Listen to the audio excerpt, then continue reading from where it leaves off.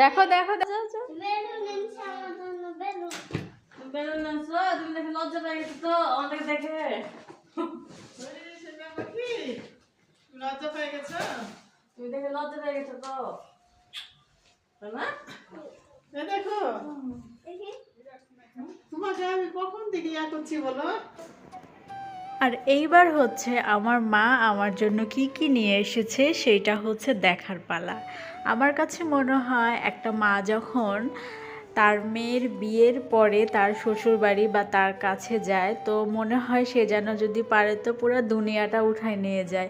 এটা অবশ্য সব মায়েদের ক্ষেত্রে এমনই হয় সেটা জানি, আর আমার মায়ের ক্ষেত্রেও কিন্তু তাই। আমার মা যতবারই আমার বাসায় আসছে ততবারই এত এত জিনিস নিয়ে আসছে, তো আমি সেগুলোই আসলে দেখছিলাম। আর এখানে আমার জন্য একদম গুড়ের পায়েস নিয়ে আসছে, এটা এত মজা হয়েছে মানে কি বলবো। তারপরে পিঠা নিয়ে আসছে, এখানে গরুর মাংস নিয়ে আসছে, মানে আমাকে যাতে কষ্ট করে আর গরুর মাংস রান্না না করতে হয় সেই জন্য একদম রান্না করে নিয়ে আসছে।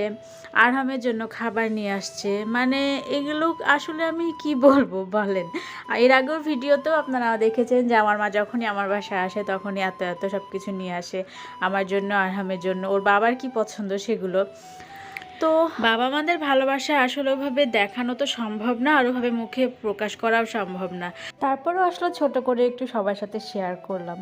তো এই ছিল ভিডিও। আল্লাহ হাফেজ।